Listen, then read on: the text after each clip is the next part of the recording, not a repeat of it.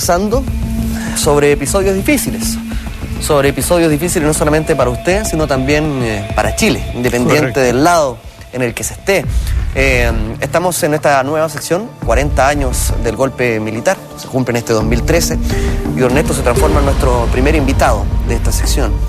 Antes de irnos a la pausa comercial, estábamos hablando del que creo yo debe haber sido uno de los episodios más difíciles de su vida, sin duda alguna, que es el episodio de torturas. Usted estaba junto a Alberto Bachelet y me gustaría que me explicara cómo se dio eso, qué es lo que se sentía, cuáles eran los olores, cuál era la atmósfera de lo que ustedes estaban viviendo.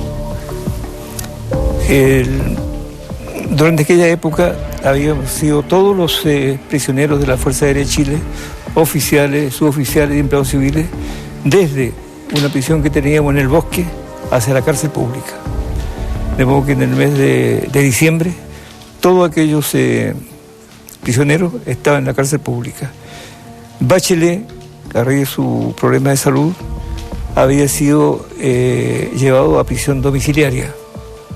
Pero poco antes de Año Nuevo, en diciembre, es tomado de nuevo y llevado a la cárcel pública. Y una tarde encontramos allí que meten en nuestra celda al general Bachelet.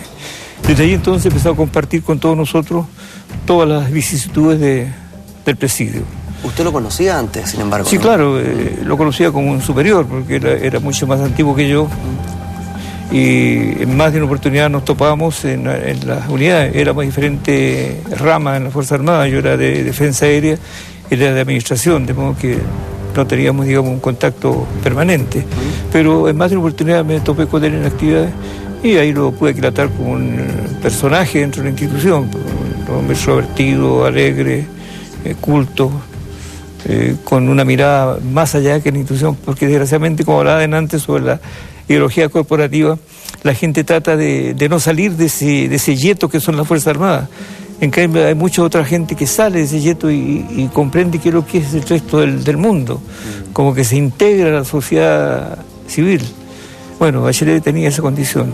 Tal vez puede ser por su condición de masón, que le permitía también salir a otros rubros, más allá que lo estrecho de la institución. De modo que la llegada de él fue una especie de aire fresco dentro de nuestra celda que compartíamos 12 personas en 2 suites. Digo 2 suites porque había una celda más pequeña al fondo y otra un poco más grande delante con una sola entrada. Ahí habíamos 12 personas y llegamos a ver 14. Hacinados en camarotes para que cupieran durante la noche. Antes de entrar de lleno a lo que pasó en esas 2 suites, como usted menciona, don Ernesto, ¿qué es lo que significa ser masón dentro de las Fuerzas Armadas? ¿Hasta qué punto se transforma en un aspecto positivo o que también puede ser una traba dentro de los pares? Porque usted también es masón. Sí, claro. No tiene ninguna significación, por lo menos en la Fuerza Aérea nunca hubo ninguna objeción a un individuo que perteneciera a la masonería. De los que se sabe, porque la masonería tiene una particularidad que si uno quiere lo dice y si no, simplemente nadie lo sabe. Claro. De manera que es un asunto bien personal. Pero la Fuerza Aérea nunca ha puesto dificultades porque no hay nada que se contraponga. Perfecto. Entre ser masón y ser miembro de una institución, ya sea Fuerza Aérea, colegio profesional, periodista, lo que fuera. Porque la masonería es una institución de enseñanza espiritual, de trabajo intelectual, de modo que en el fondo ayuda más que puede perjudicar. Y decía ante esto porque la masonería tiene mucha actividad hacia afuera de los templos. No se trata de perfeccionarse uno mismo, sino se trata de perfeccionarse uno para cooperar con el resto de la sociedad. Entonces eso permite que la gente que dé esta orden tenga ese contacto hacia afuera. Y eso es una ventaja. ¿Cómo era Alberto Bachelet desde el plano personal? Y también se lo pregunto desde el punto de vista militar, él como jefe. Bueno, lo que señalaba, esa actitud, digamos, cordial. Él, como digo, era un oficial de administración, no tenía mando de tropa, de manera que solamente podemos pensar en lo que él tenía como su subalterno dentro de las actividades administrativas de las unidades.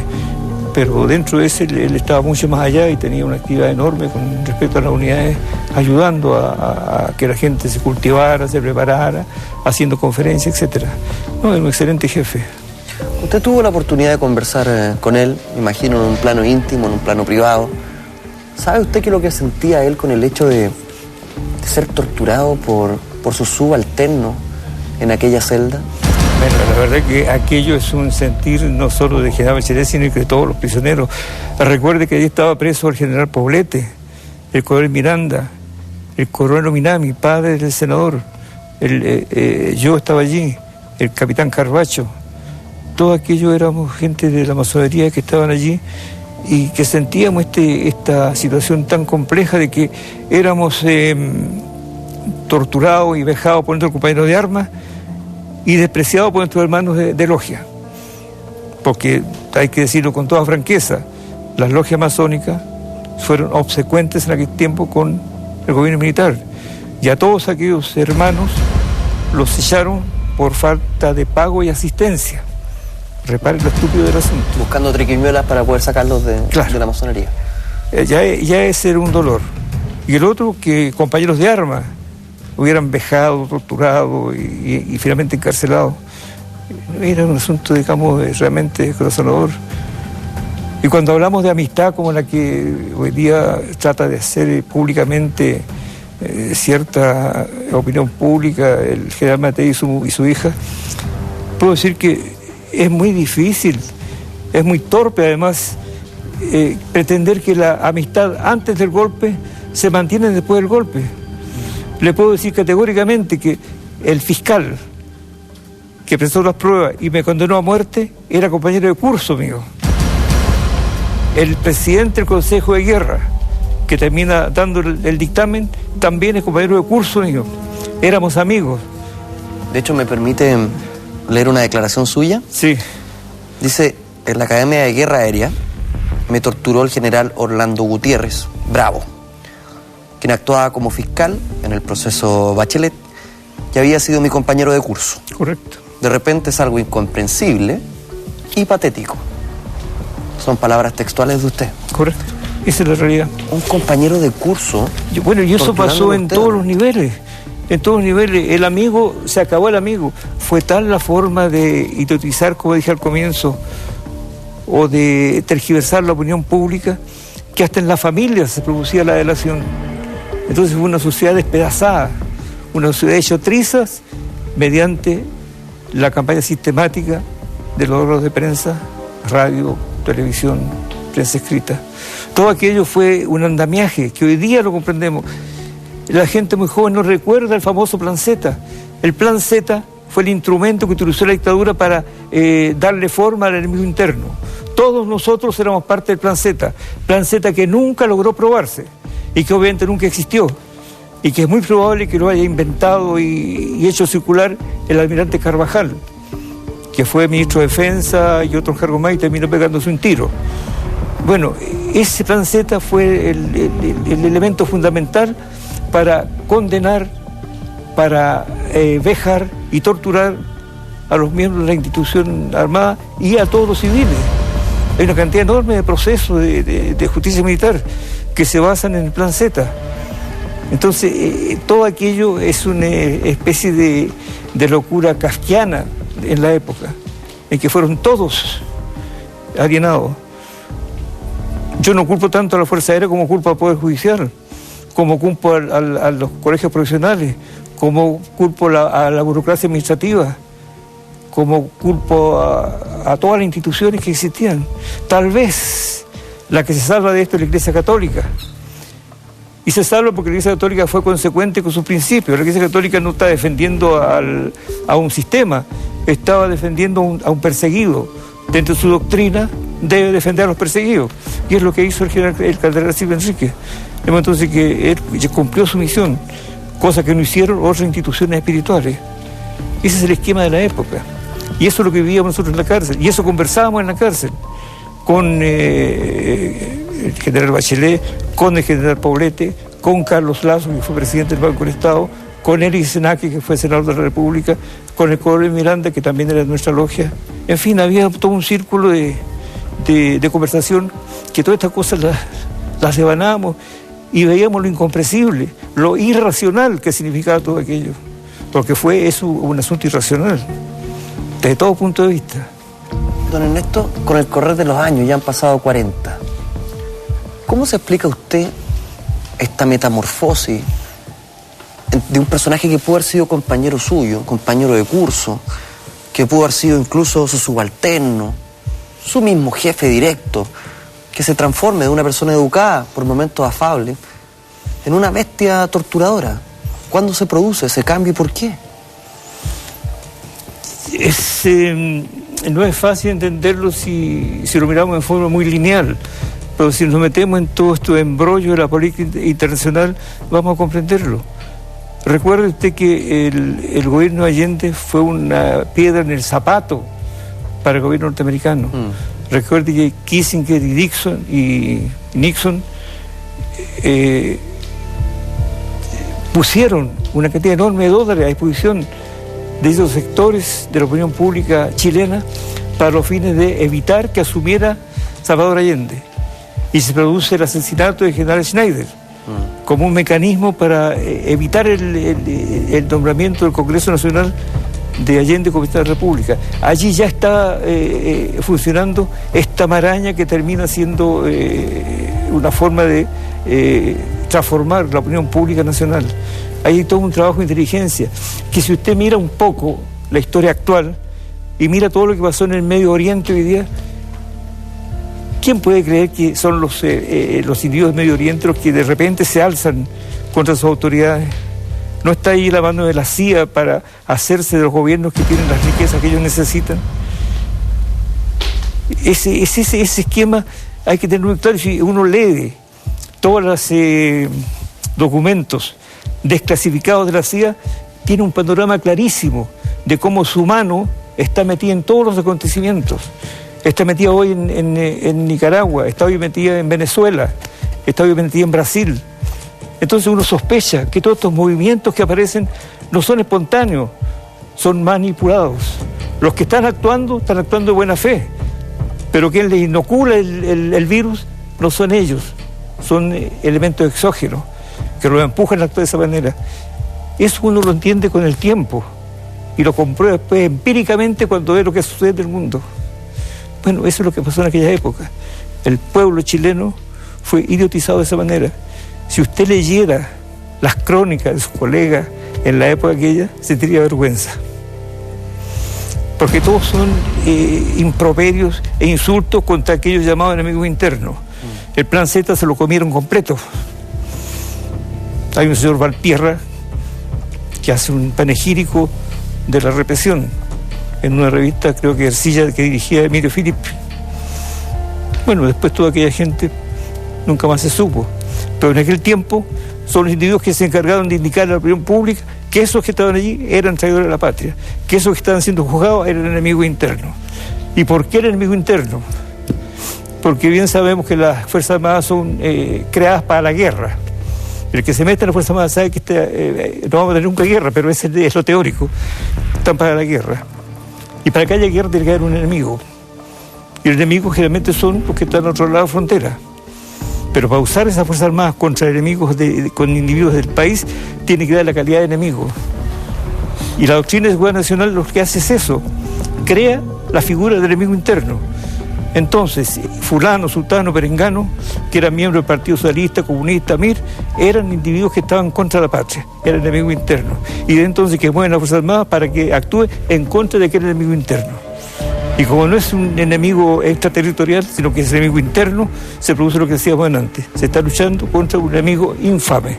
Y se le trata como quiera acercarse, como un perro. Don Ernesto, discúlpeme la pregunta que le voy a hacer a continuación, pero considero que es de relevancia, sobre todo para las generaciones nuevas que están viendo el Mentiras Verdaderas. Yo sé que es una pregunta dolorosa para usted, pero creo que es importante en este tipo de conversaciones poner sobre la mesa el horror que se vivió en esta época, para no volverlo a repetir fundamentalmente. Y por eso creo que es importante que lo escuchen las generaciones nuevas. ¿Cómo eran las torturas? ¿Qué les hacían a ustedes, a los prisioneros? Sí, usted toca un punto muy sensible, que uno no quisiera nunca recordar. Pero para los fines de que sirva de algo, como usted bien dice, la generación futura, puedo decir que la gente que hizo la represión usó las besanías más enormes contra sus enemigos internos, entre comillas. Señalo tipos de tortura. usar el submarino, que es eso de meter en la cabeza en el agua hasta que el tipo se está ahogando y sacarlo. Colgarlo de unas varas, el pau da ara creo que se llama en términos brasileros, que se lo cuelga un tipo con las manos y los pies en una sola vara, que es un tormento espantoso.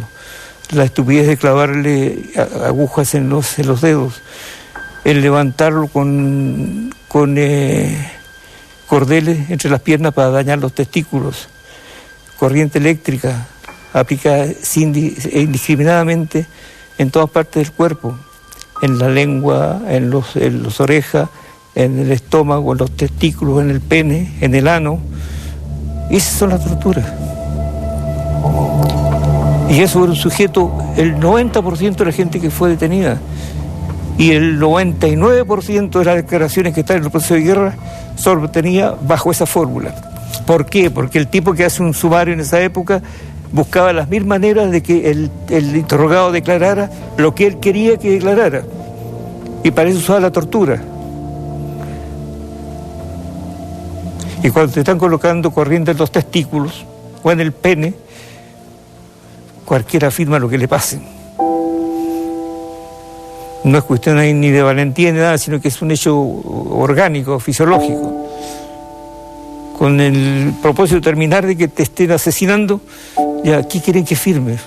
Hubo compañeros que firmaban hojas en blanco para salir de la tortura. Bueno, ese es el expediente que permite estructurar un sumario, que es el sumario que se caratula contra Bachelet y otros. Ese expediente, la tortura. Y cuando eso se detecta, con el correr del tiempo, ahora cuando llegamos del exilio, empezamos a mover aquello y señalar que ese sumario es absolutamente ilegal, que las penas allí indicadas son penas falsas, que no hubo tal delito, en consecuencia no puede haber tales penas.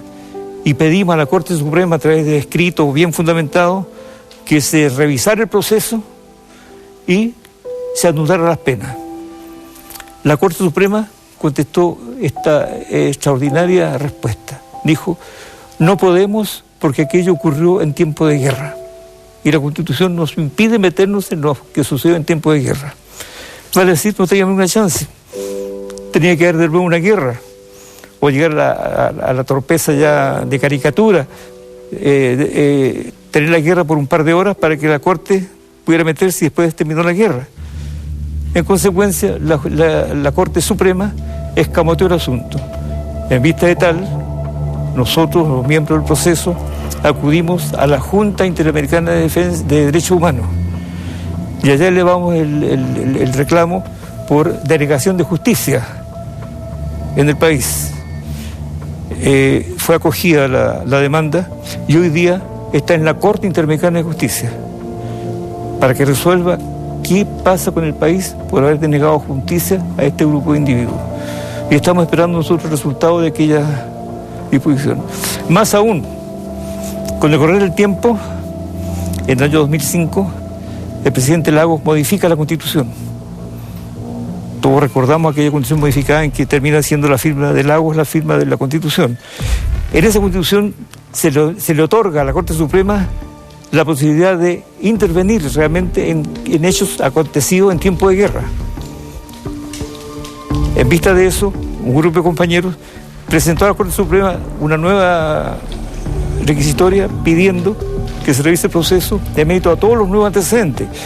Los nuevos antecedentes eran todos los juicios que había contra los torturadores, eran todos los documentos desclasificados de la CIA, en fin, había varios antecedentes que estaban indicando que había antecedentes para reabrir el proceso y que la Corte ya no podía decir que no podía porque ya estaba establecido que aún en tiempo de guerra podía actuar. Sin embargo, también rechazó la revisión. Ya hasta hoy día no quieren revisar el proceso. Aquello es una lucha permanente. Nosotros tenemos que hacerlo porque yo sé que todo el mundo conoce nuestra actitud, sabe que no somos traidores de la patria y al contrario, que fuimos individuos que se opuso a una época difícil en el país. De modo entonces que ese no es el problema. Lo que nosotros queremos es que jurídicamente se determine que no somos responsables, que jurídicamente se determine que no hemos cometido delitos. Esa es nuestra batalla y eso vamos a seguir.